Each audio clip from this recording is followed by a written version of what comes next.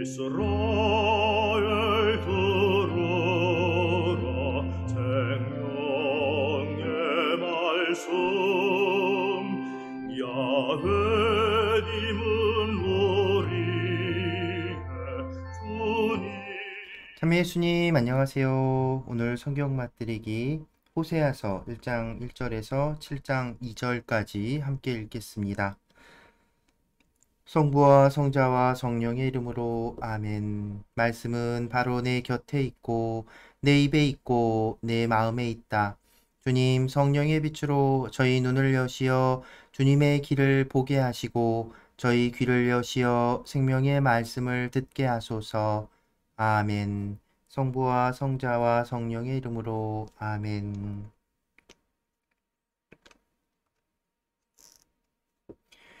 호세아서. 유다 임금 우찌야, 요탐, 아하즈, 히즈키야 시대 그리고 이스라엘 임금 여호아스의 아들 예로보암 시대에 부에리의 아들 호세아에게 내린 주님의 말씀. 호세아가 하느님의 명령으로 혼인하다. 호세아를 통하여 주님께서 하신 말씀의 시작. 주님께서 호세아에게 말씀하셨다. 너는 가서 창녀와 창녀의 자식들을 맞아들여라. 이 나라가 주님에게 등을 돌리고 마구 창녀짓을 하기 때문이다. 호세아는 가서 디블라임의 딸 고메르를 아내로 맞아들였다. 그 여자가 임신하여 그에게 아들을 낳아주자 주님께서 호세아에게 말씀하셨다. 그의 이름을 이즈르엘이라고 하여라. 머지않아 나는 이즈르엘의 피에 대한 책임을 물어 예후 집안을 벌하고 이스라엘 집안의 왕조를 없애버리리라. 또 그날에 이스라엘의 활을 이즈라엘 평야에서 꺾어버리리라. 고메르가 다시 임신하여 딸을 낳자 주님께서 호세아에게 말씀하셨다. 그의 이름을 루하마라고 하여라. 나는 더 이상 이스라엘 집안을 가엾이 여기지도 않고 용서하지도 않으리라. 그러나 유다 집안은 가엾이 여기고 주 그들의 하느님으로서 그들을 구해주리라. 그렇다고 활이나 칼이나 전쟁 군마나 기병들로 그들을 구해주지는 않으리라. 고메르가 루하마에게 젖을 뗀 다음에 다시 임신하여 아들을 낳았다. 그러자 주님께서 말씀하셨다. 그의 이름을 로암미라고 하여라. 너희는 내 백성이 아니며 나는 너희를 위하여 있지 않다. 이스라엘 사람들에게 행복한 날이 온다. 이스라엘 자손들의 수가 바다의 모래처럼 불어나 헤아릴 수도 셀 수도 없으리라. 그들에게 너희는 내 백성이 아니다 하던 그곳에서 너희는 살아계신 하느님의 자녀들이다 하리라. 유다 자손들과 이스라엘 자손들이 함께 모여 우두머리 하나를 내세우고 이 땅에서 크게 일어나리라. 이즈르엘의 날이 큰 날이 되리라. 너희 형제들에게 암미라 하고 너희 자매들에게 루하마라 하여라. 배신한 이스라엘을 고발하여라. 고발하여라. 너희 어미를 고발하여라. 너희 어미는 내 아내가 아니고 나는 그의 남편이 아니다. 그 얼굴에서 불륜을 그 젖가슴 사이에서 간음을 치워버리라고 하여라. 그러지 않으면 태어나던 날처럼 그 여자를 발가벗겨 밖에 내세우리라. 그 여자를 광야처럼 만들고 메마른 땅처럼 되게 하여 목이 타 죽게 하리라. 나는 그 자식들도 가엾이 여기지 않으리니 창녀의 자식들이기 때문이다. 그들의 어미가 불륜을 저지르고 그들을 베었던 그 여자가 부끄러운 짓을 저질렀다. 양식과 물, 양털과 아마, 기름과 술을 주는 내인들을 쫓아가야지 하고 말한 것이다. 그러므로 내가 이제 가시나무로 그 여자의 길을 막고 담을 둘러쳐 길을 찾지 못하게 하리라. 그 여자가 애인들을 쫓아가도 그들을 따라잡지 못하고 그들을 찾아다녀도 찾아내지 못하리라. 그제야 그 여자는 말하리라. 이제 가야지. 첫 남편에게 되돌아가야지. 그때가 지금보다 더 좋았는데 그 여자는 내가 곡식과 햇포도주와 햇기름을 주고 바알을 위하여 그들이 쓴 금과 은을 불려주었음을 알지 못한다. 그러므로 나는 때가 되면 내 곡식을 되찾고 절기가 되면 내 햇포도주를 되찾으리라. 그리고 알몸을 가리라고 준 내 양털과 아마옷을 벗겨내리라. 이제 나는 그 여자의 애인들이 보는 앞에서 그 여자의 치부를 드러내리니 내 손에서 그를 빼낼 자 아무도 없으리라. 그 여자의 모든 기쁨, 축제와 초하룻 날과 안식일, 그 여자의 모든 축일을 없애버리리라. 내 애인들이 준 해웃값이라고 그 여자가 말하던 그 포도나무와 무화과 나무를 내가 망쳐놓으리라. 그것들을 수풀로 만들어 들짐승들이 먹어버리게 하리라. 나는 바알들의 축제일 때문에 그 여자를 벌하리라. 그 여자는 바알들에게 분향하고 귀걸이와 목걸이로 단장한 채 애인들을 쫓아갔다. 그러면서 나를 잊어버렸다. 주님의 말씀이다. 하느님께서 다시 일치를 이루어 주시리라. 그러나 이제 나는 그 여자를 달래어 광야로 데리고 가서 다정히 말하리라. 거기에서 나는 그 여자에게 포도밭을 돌려주고 아코루 골짜기를 희망의 문으로 만들어주리라. 거기에서 그 여자는 젊을 때처럼 이집트 땅에서 올라올 때처럼 응답하리라. 주님의 말씀이다. 그날에는 네가 더 이상 나를 내 바알이라 부르지 않고 내 남편이라 부르리라. 나는 그 여자의 입에서 바알들의 이름을 치워버리리니 그 이름이 다시는 불리지 않으리라. 그날에 나는 그들을 위하여 들짐승과 하늘의 새와 땅바닥을 기어다니는 것들과 계약을 맺고 활과 칼과 전쟁을 이 땅에서 없애버려 그들이 편안히 자리에 누울 수 있게 하리라. 나는 너를 영원히 아내로 삼으리라. 정의와 공정으로서 신의와 자비로서 너의 아내로 삼으리라. 또 진실로서 너를 아내로 삼으리니 그러면 네가 주님을 알게 되리라. 그날에 내가 응답하리라. 주님의 말씀이다. 나는 하늘에 응답하고 하늘은 땅에 응답하리라. 땅은 곡식과 햇포도주와 햇기름에 응답하고 그것들은 이즈르엘에 응답하리라. 나는 그를 이 땅에 심고 루하마를 가엾이 여기리라. 또 내가 로암미에게 너는 내 백성이다 하고 그는 저의 하느님 하고 말하리라. 호세아가 집 나간 아내를 찾아오다. 주님께서 나에게 말씀하셨다. 너는 다시 가서 다른 남자를 사랑하여 간음을 저지르는 여자를 사랑해 주어라. 주님이 이스라엘 자손들을 사랑하는 것처럼 해 주어라. 그들은 다른 신들에게 돌아서서 건포도 과자를 좋아하고 있다. 그래서 나는 은 15세켈 그리고 보리 한 호메르와 한 레텍으로 그 여자를 사들였다. 나는 그 여자에게 말하였다. 당신은 오랫동안 내 곁에서 지내야 하오. 장녀짓을 해서도 안 되고 다른 남자와 관계를 맺어서도 안 돼요. 나도 당신에게 그렇게 하겠소. 이스라엘 자손들도 이처럼 오랫동안 임금도 대신도 없이 희생제물도 기념기둥도 없이 에폿도 집안 수호신도 없이 살 것이다. 그런 다음에야 이스라엘 자손들이 돌아와 주 저희 하느님과 저희 임금 다윗을 찾을 것이다. 그 마지막 날에 이스라엘 자손들은 두려워하며 주님과 그분께서 베푸시는 좋은 것을 향해 돌아올 것이다. 주님께서 이스라엘을 단죄하시다. 이스라엘 자손들아 주님의 말씀을 들어라. 주님께서 이 땅의 주민들을 고소하신다.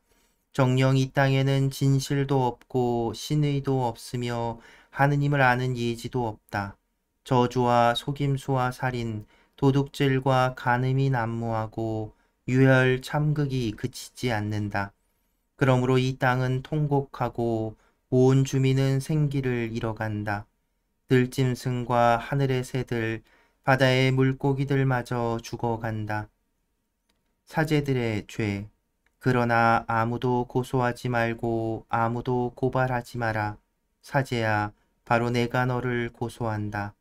낮에는 네가 비틀거리고 밤에는 예언자가 너와 함께 비틀거리리라. 내가 너의 어미를 망하게 하리라. 나의 백성은 예지가 없어 망하리라. 네가 예지를 배척하니 나도 너를 배척하여 사제직을 수행하지 못하게 하리라. 네가 내 하느님의 가르침을 잊었으니 나도 너의 자녀들을 잊으리라. 그들이 많아질수록 이렇듯 나에게 죄를 지었으니 나도 그들의 영광을 수치로 바꾸어 버리리라. 그들은 내 백성의 속죄 죄물을 먹고 살며 내 백성이 죄짓기만 간절히 바란다. 백성도 사제도 똑같이 되리라.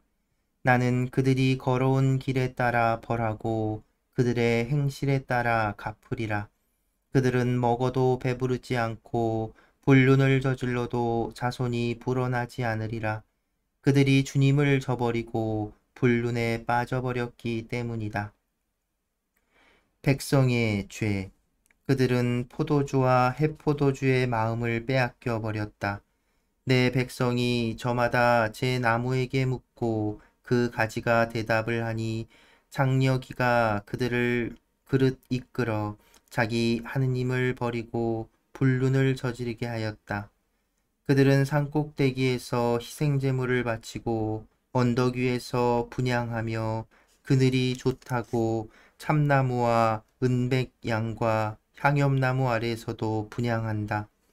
너희 딸들은 불륜을 저지르고 너희 며느리들은 간음을 한다. 너희 딸들이 불륜을 저지른다고 너희 며느리들이 간음을 한다고 내가 그들을 벌하지는 않으리라.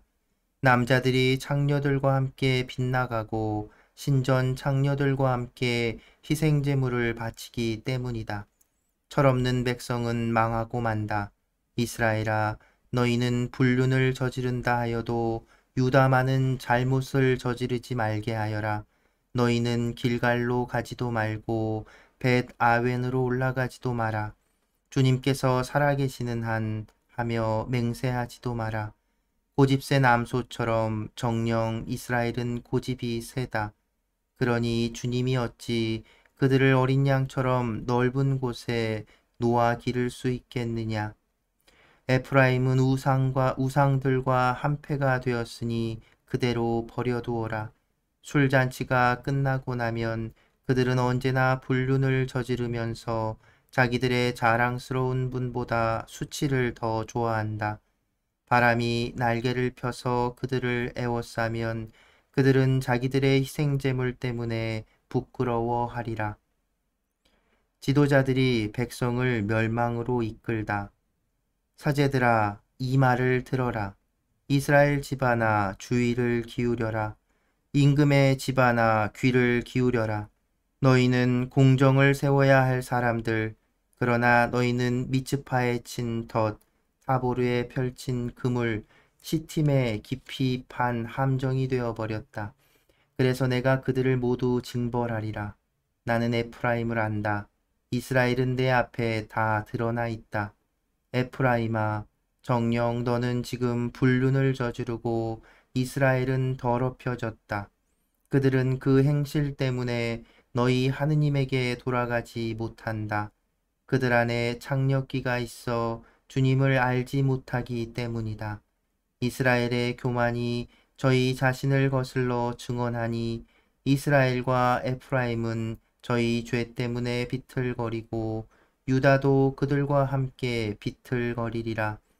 그들이 양떼와 소떼를 거느리고 주님을 찾아가도 찾아내지 못하리니 주님이 그들을 떠났기 때문이다.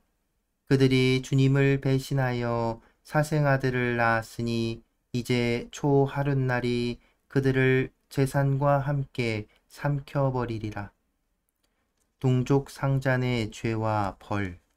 너희는 기브아에서 뿔나파를 불고 라마에서 나팔을 불며 벳아웬에서 경보를 울려라. 베냐민아 뒤를 보아라. 징벌의 날에 에프라임은 폐허가 되리라.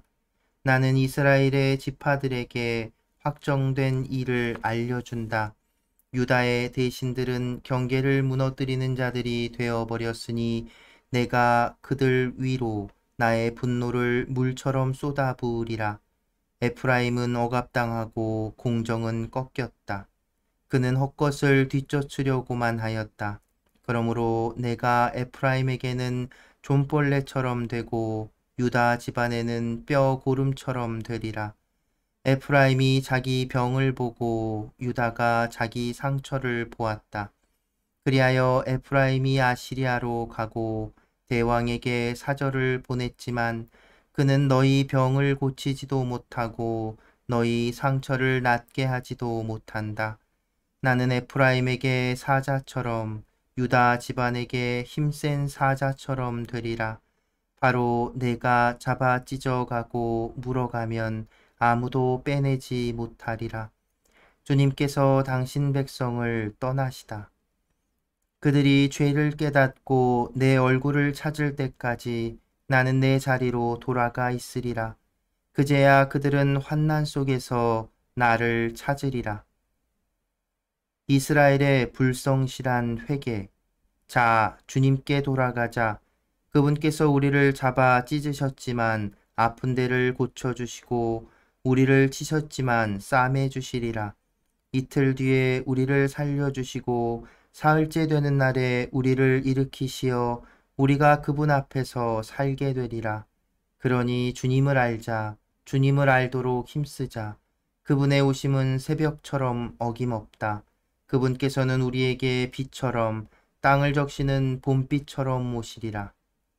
에프라임아, 내가 너희를 어찌하면 좋겠느냐?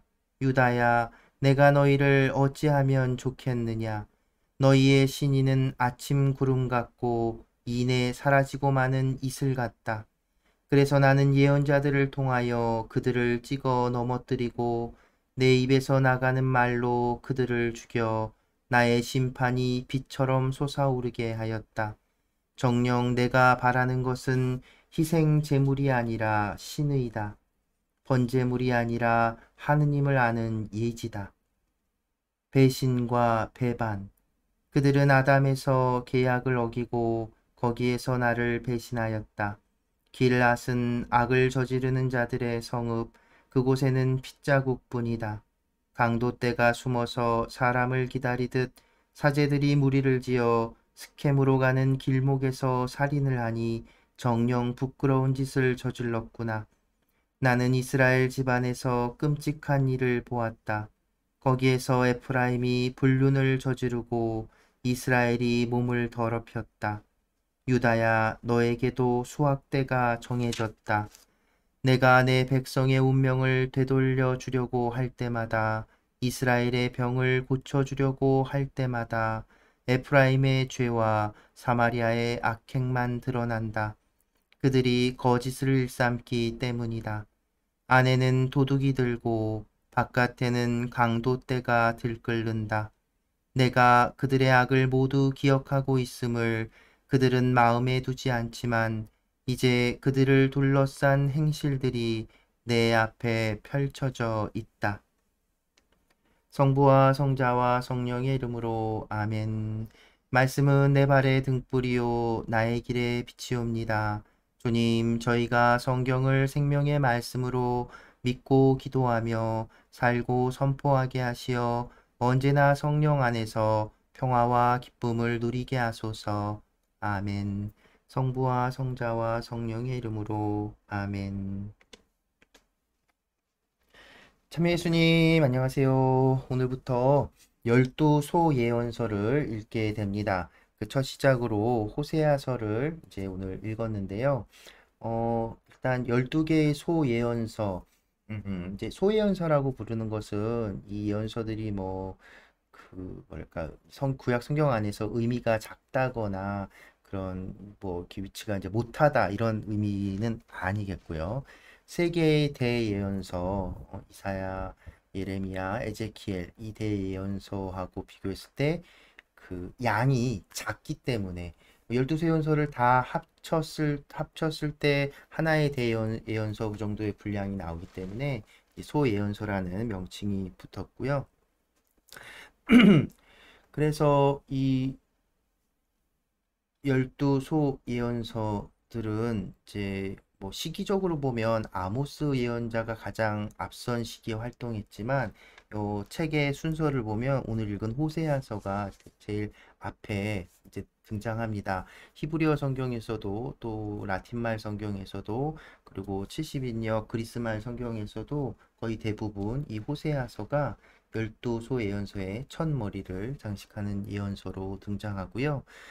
이 12쇄연서는 각각의 그 예언서들이 따로 있다기보다는 이 12쇄연서를 하나의 책으로 엮어서 이렇게 보아야 한다고 할 수 있습니다. 그러니까 뭐 그 각각의 예언서들이 수집되고 쓰여지고 또 이렇게 만들어진 시기는 다양하겠지만 최종적으로 이 12서연서의 내용을 하나로 모아서 하나의 책으로 편집한 것이라고 만들어낸 것이라고 볼 수 있습니다. 이건 이제 구약 성경이 숫자적으로 상징적인 숫자를 의미하는데 3개의 예언서와 12개의 소예언서, 예언서를 그렇게 구성을 한 것이죠. 최종 편집자들이 왜 그랬을까요? 네, 뭐 세계 대예언서는 이제 이스라엘의 선조 아브라함, 이삭, 야곱 그것에 빗댄 것이고 그 12세연서는 이스라엘 12지파 그 우선 그래서 이스라엘을 이렇게 상징하는 의미로 그렇게 구성한 것으로 학자들은 보고 있고요.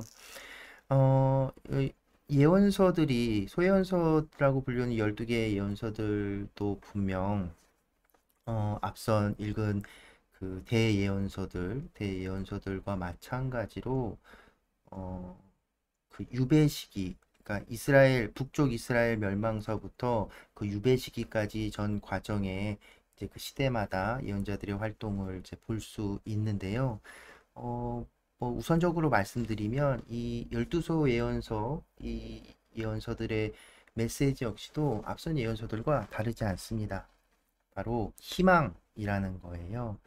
우리가 다시 한번 복습도 할 겸 또 소예언서를 들어가면서 다시 한번 짚어볼 것은 여러분들도 이제 익숙하시죠? 유배 이전의 예언자들은 멸망을 이야기합니다. 그리고 유배 이후의 예언자들은 희망을 얘기하지요. 유배 이전의 태평성대에 대해서 예언자들은 너네 그렇게 하다가 큰일 난다 라고 얘기하고 유배 이후에는 그래도 하나님께서 우리를 구원해 주실 거라고 얘기하는 겁니다. 이처럼 12소 예언서 역시도 하느님의 희망, 구원, 위로 이런 것들을 그 핵심 이제 주제라고 생각하실 수 있을 거예요. 우리가 아직 읽진 않는데 집해서 나중에 읽게 될 텐데 집해서 49장에 보면 이제 각 인물들에 대한 어떤 평가 같은 구절들이 나오는데 거기 49장 10절에 12예언자들이라고 해서 이런 구절이 나와요. 그리고 12예언자들이 있었으니 그들의 뼈가 그 무덤에서 다시 피어나기를 정녕 그들은 야곱을 위로하고 굳센 희망으로 그들을 구원하였다. 야곱은 이스라엘이죠. 그러니까 이스라엘 백성을 위로하고 가장 힘들었던 이스라엘 백성이 역사 안에서 아주 힘들었던 그 시기에 그들을 이스라엘 백성을 위로하고 굳센 희망. 바로 사실은 당시에는 그 예언자들의 메시지가 뭐 얼마나 바로 이루어질 거라고 기대도 못한 아주 어려운 상황이었죠. 그런데 그런 희망으로 그들을 구원으로 이끌었다. 이게 12예언자들에 대한 평가가 이렇게 집회서에서는 내려지고 있어요. 이제 그걸 통해서 우리는 이 12소예언서라는 12예언자들의 그 메시지가 하나로 이루어진다는 것. 그래서 앞선 대예언서들처럼 각각 예언자들이 그 예언 메시지를 따로따로 볼 수도 있겠지만 전체 메시지는 결국 하나. 그건 뭐죠? 위로와 희망과 구원이라는 겁니다. 오늘 읽은 이제 호세아 예언서 역시도 바로 그런 것들을 바로 드러나게 볼 수 있지요. 우선은 1장에서 3장에서는 앞서 본 예언서들하고는 다르게 이제 소명에 대한 것들이 이제 자세하게 소개되지 않고 이제 바로 그러니까 호세아에게 명령을 하신 하나님의 이야기가 나오지요. 근데 호세아한테 결혼하라는 겁니다. 여러분 이제 앞서 이미 익히 이제 아시겠죠? 상징 행동이라는 것. 하나님께서 그 예언자에게 어떤 행동을 취하게 하고 그 행동을 통해서 사람들이 그 메시지, 하느님의 메시지를 전달하는 것이죠. 호세아의 경우에는 바로 이 결혼이라는 것 자체를 가지고 이스라엘 백성의 어떤 잘못을 드러낸 그런 모습을 보여주고 있습니다. 뭐냐면 이제 그래서 이제 창녀 혹은 창녀기가 있는 여인과 결혼을 하고 하라는 이제 이야기가 나오는데 1장, 3장 내용을 보면 뭐 이렇게 특히나 3장에서 다시 가서라고 이렇게 얘기하고 이런 것들을 보면 다른 여자가 아니라 바로 그 여자에게 어떻게 보면 애초에 처음부터 그 창녀로 살아가던 여인이 누구죠? 고메르라는 사람이 그랬을 수도 있고 아니면 그 결혼한 후에 그런 모습을 불륜을 저지른 여인일 수도 있는데 뭐 그것이 중요한 것이 아니라 어찌됐든 이렇게 여인이 결혼을 하고 불륜을 저지르고 창녀짓을 했다는 거죠. 그래서 여기서 이 창녀 일반적인 어떤 창녀라기보단 신전 창녀를 염두에 두시면 될 거예요. 신전 창녀 이제 여러분들도 잘 아시죠? 예. 이 이스라엘 백성이 가나안 땅에 이렇게 들어갔을 때 가나안 땅은 이제 가나안 땅에서 이스라엘 백성은 원래 유목민족이란 말이에요. 목축업을 했는데 목축업이 주였다면 광야 생활을 하다면서 근데 이스라엘에 정착하면서 이제 농사를 짓기 시작했단 말이에요. 역사적으로도 농경사회가 시작되면서 그러면서 이제 이 가나안 땅에 있던 그러니까 당시 이거 예전에 설명을 드렸었는데 다시 한기 복습해 보면 예전에 이 옛날 사람들의 이 신관이라고 하는 건 여러 신들이 있고 필요한 그런 어떤 자기들이 이렇게 필요한 부분들을 채워주는 신들이 있었단 말이에요. 그러니까 이스라엘 백성에게 야훼 하느님은 자기들 구출해준 광야의 하느님이잖아요. 그런데 이제 농경 생활 시작하면서 비 뭐 이런 것들이 필요한 거죠. 농사 지는 데 필요한 가나안에 살고 있던 사람들이 그런 신을 섬기고 있어요. 그게 바알인 거예요. 풍요와 다산을 상징하고 비와 바람 이런 것들을 주관한다고 생각했던 것이죠. 여기서 호세아서는 이 바로 바알에 대한 이그 바알을 섬긴 것에 대한 비판을 계속해서 해댑니다. 그리고 어쨌든 그렇기 때문에 풍요와 다산을 상징하기 때문에 이 성적인 제사들, 예식들이 막 있었어요. 이제 그런 모든 것들을 다 통칭해서 빗대는 겁니다. 그리고 호세아는 이제 광야 시절과 비교해서 광야 시절에는 이스라엘이 하느님을 거스르지 않고 하느님밖에 없었다라고 해요. 그런데 정착하면서 그러니까 그게 바로 가나안에서 이루어진 가나안 땅에 들어와서 이루어진 우상 숭배의 어떤 풍습들이 이스라엘 백성에게 퍼지는 것을 이제 비판한 것이죠. 호세아 예언서는 그것을 바로 이제 자기 혼인 생활에 빗대어서 자기 부인이 창녀짓한 것처럼 불륜을 저지른 것처럼 이스라엘 백성이 바로 하나님께서 그 이집트에서 불쌍한 애를 이렇게 데려다가 이렇게 뭐죠? 잘 대해줬는데 배반하고 이게 불륜을 저지르고 음, 창녀짓을 했다고 고발하는 거죠. 그러니까 이건 바로 자기의 결혼 생활을 통해서 이스라엘을 고발하는 호세아의 아주 독특한 메시지라고 할 수 있습니다. 그리고 그 아이들의 이름을 지은 것에 있어서도 그 메시지들이 드러나지요. 첫째 아들이 이즈레엘인데 이즈레엘은 이제 좀 여러 가지 상징이 담겨 있는데 이스라엘을 이제 지칭하기도 하고요. 이즈레엘이라는 이제 도시가 있는데 성읍이 있는데 여기가 이제 이세벨 북 북이스라엘 북왕국의 그 우상을 아주 그냥 심었던 나쁜 여왕 있잖아요. 그 이제벨이 죽임을 당한 어떤 피비린내가 팽배한 그런 성읍을 지칭하기도 합니다. 그래서 그 이즈리엘 그리고 딸 둘째 딸은 루하마 이게 가엾이 여김을 받지 못하는 여자고 막내 다음에 나온 아들은 로암미 너희는 내 백성이 아니다. 그러니까 완전 버림받은 것들을 하나님께서 이제 이스라엘을 완전 버렸다라고 이스라엘은 그 가엾이 여겨지지도 않고 내 백성도 아니다. 라고 하는 것을 아이들의 이름을 통해서도 상징적으로 드러내주는 것이지요. 그런데 이제 반전은 하나님께서 그렇게 버리시는 것이 결국 멸망이나 어떤 좌절, 그러니까 북이스라엘의 멸망이나 이런 것들이 끝이 아니라는 것을 바로 얘기합니다. 그러나 나는 다시 그래서 3장에서 바로 다시 가서 데리고 오라고 하잖아요. 그 아주 인상적인 하나님의 표현이 나오는데 3장 제1절 뒤 후반부에 보면 이스라엘 자손들을 사랑하는 것처럼 해주어라. 주님이 이스라엘 자손들을 사랑하는 것처럼 해주어라. 네. 하나님께서 이스라엘을 버리신다는 건 그 완전히 끝이 아니고 그들을 절망의 구렁텅이로 밀어버리는 것이 아니라 회개하고 다시 돌아오게 하기 위함임을 그래서 이 호세아 예언서 역시도 이스라엘 백성을 이제 비판하고 그들의 잘못, 우상 숭배와 어떤 그 윤리 도덕적인 부분 전반적인 것들에서 우상 숭배와 그런 타락 그것들을 그 신의와 자애를 저버린 행동들을 이제 비판하지만 그래서 4장 이후에는 지도자들서부터 사제들 이렇게 다 하나하나 다 비판을 하지요.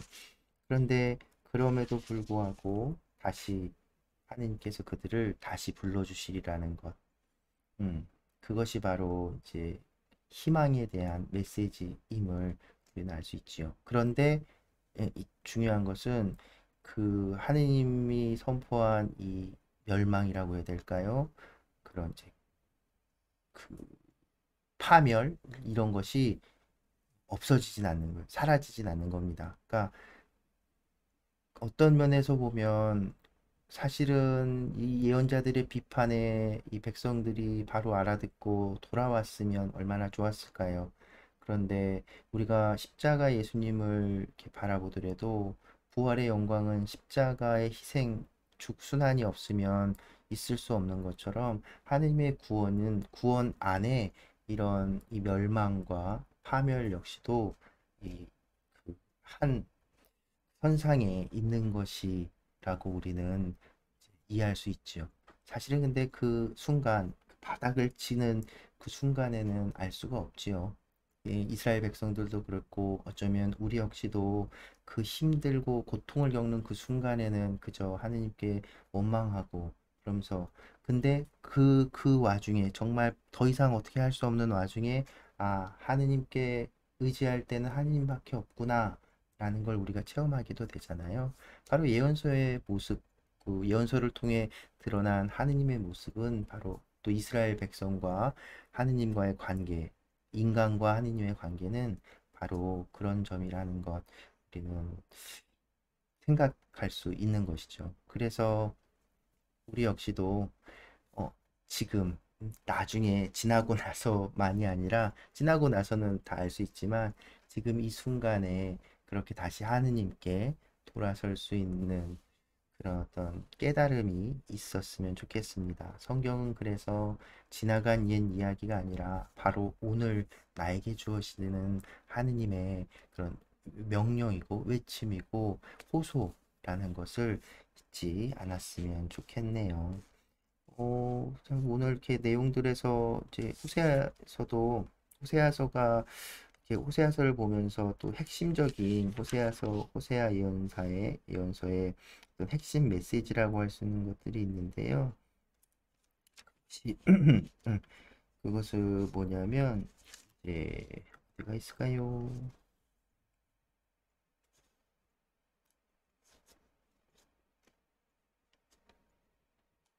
네, 6장 6절에 정녕 내가 바라는 것은 희생 제물이 아니라 신의다. 번제물이 아니라 하느님을 아는 이지다. 하느님을 아는 예지는 뭐 엄청난 지혜가 아니라 바로 우리가 의지할 곳은 하느님밖에 없다는 것이죠. 당시 그 혼란한 이스라엘의 정세 안에서도 특히나 북왕국 이스라엘은 이 왕을 죽이고 자기가 왕을 됐고 그게 몇 개월 가지도 못하고 또 다른 놈이 죽이고 왕 되고 또 죽고 막 이런 아주 복잡한 정세에서 아시리아 제국의 위협과 막 이런 데서 하느님께 의지하지 못하고 이제 어떤 인간적인 노력들, 외교, 군사력 이런 것에만 매춘데 그런 정세뿐만 아니라 사람들 역시도 하느님께 의지하지 못했던 것 그리고 번제물만 막 제사만 막 바치고 예루살렘 성소와 막 그 이스라엘 북쪽에 새로 막 성소를 만들고 이런 것들 전반적으로 그러니까 하느님께서 바라시는 것이 무엇인지 하느님을 아는 것 하나님께 해야 한다는 것을 강조하고 있는 호세아서의 메시지라고 말할 수 있을 겁니다. 네, 이제 또 한 가지 이 호세아 예언서는 이제 그래서 12소 예언서들 중에 북이스라엘에 대한 그러니까 남왕국과 북왕국 먼저 멸망한 북왕국이잖아요. 그 북이스라엘에서 예언 활동을 했고요. 시기적으로는 활동 시기가 이제 호세아보다 더 앞서지만 우리 책에서는 요 다음에 나오게는 이제 아모스 예언자도 북이스라엘에 대해서 예언을 했지만 아모스는 남유대 출신인데 북쪽에 가서 예언을 한 거예요. 근데 호세아는 이제 북쪽 출신의 북쪽 예언자인 거죠. 그래서 나머지 12소 예언자하고는 또 다른 이런 모습들, 북이스라엘에서 예언 활동을 했다는 것들도 호세아 예언자의 하나의 특징이라고 말할 수 있을 겁니다. 네, 이제 천천히 또 이제 12소 예언서들을 읽을 텐데 오늘 읽은 것처럼 장으로는 굉장히 긴 장들을 읽게 될 수도 있어요. 이렇게 예언서 자체가 좀 짧게 되어 있는 부분들이 있어서 근데 한번 하루에 읽게 되는 양이 적지는 않을 거예요. 그런데 여러분들 그럼에도 이제 짧은 예언서기 때문에 뭐랄까요 전체를 이렇게 쭉 훑어보는 그런 기회는 될 수 있으니까 그래서 더 오히려 전체적인 내용을 파악하기는 더 쉬울 수 있으니까요. 너무 쪼개서 읽는 것보다 그래서 그렇게 구성이 돼 있으니까 여러분들도 지치지 마시고 함께 해주셨으면 좋겠네요. 네. 그러면 이제 12소 예언서 시작하면서 여러분들도 다시 대예언서들과 비슷하면서도 또 다른 12소 예언서의 메시지들을 함께 묵상해 보면 좋겠습니다. 오늘은 그래서 성가 권성일 형제님의 노래 나에게 오라 이 노래 들으면서 마무리합니다. 오늘도 함께 해주셔서 감사합니다.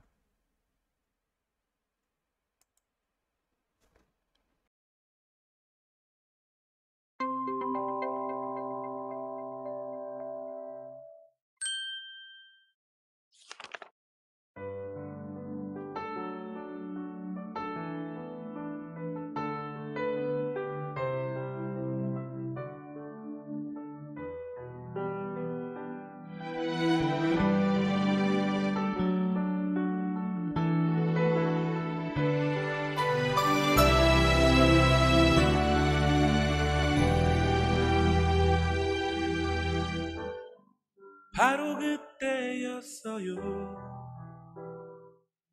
그분과 처음 마주치던 그 순간 바로 그때였어요. 그분이 내 이름을 부르셨을 때 내 안에 갇혀있던 모든 욕심들과 집착이 사라져버렸죠. 이제 나 아름답게 살 수 있어요.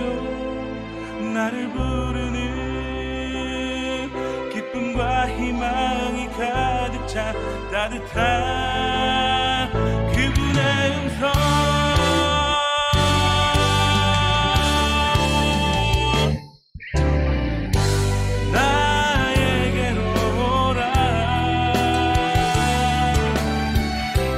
힘들고 외로움이여